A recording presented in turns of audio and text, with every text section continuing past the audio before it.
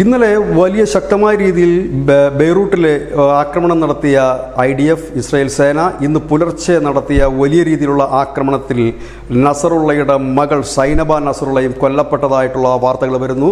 ഈ വാർത്ത പുറത്തുവിട്ടിരിക്കുന്ന ഇസ്രായേൽ വാർത്താ ചാനലായ 12 ആണ്. അവർ പറയുന്നത് നസറുള്ളയും മകളും കൊല്ലപ്പെട്ടു എന്നുള്ള വാർത്തയാണ്. 1997 സൈനബിൻ്റെ സഹോദരൻ ഹാദിയും കൊല്ലപ്പെട്ടിരുന്നു. ഏതായാലും ഇത് അങ്ങനെ ഈ ഒരു വാർത്ത സ്ഥിരീകരിക്കപ്പെടുകയാണ് എങ്കിൽ, കാരണം ഇത് ഇസ്രായേലി മാധ്യമങ്ങളാണ് റിപ്പോർട്ട് ചെയ്യുന്നത്, ഈ നസറുള്ള കൊല്ലപ്പെട്ട വിവരവും ഒപ്പം തന്നെ മകൾ സൈനബ് നസറുള്ളയും കൊല്ലപ്പെട്ട വിവരവുമൊക്കെ ഈ ഇസ്രായേലി മാധ്യമങ്ങൾ നൽകുമ്പോൾ അത് സ്ഥിരീകരിക്കപ്പെടുകയാണ് എങ്കിൽ അത് വലിയ രീതിയിലുള്ള ഒരു യുദ്ധത്തിലേക്ക് വഴിമാറുമെന്നുള്ള കാര്യം ഉറപ്പാണ്. ഏതായാലും IDF ഇത് സ്ഥിരീകരിച്ചിട്ടില്ല. സാധാരണഗതിയിൽ അവർ ഈ മരണമുണ്ടായി DNA പരിശോധനകളുമൊക്കെ പൂർത്തിയായതിനു ശേഷം മാത്രമാണ് മരണം സാധാരണഗതി സ്ഥിരീകരിക്കാറുള്ളത്.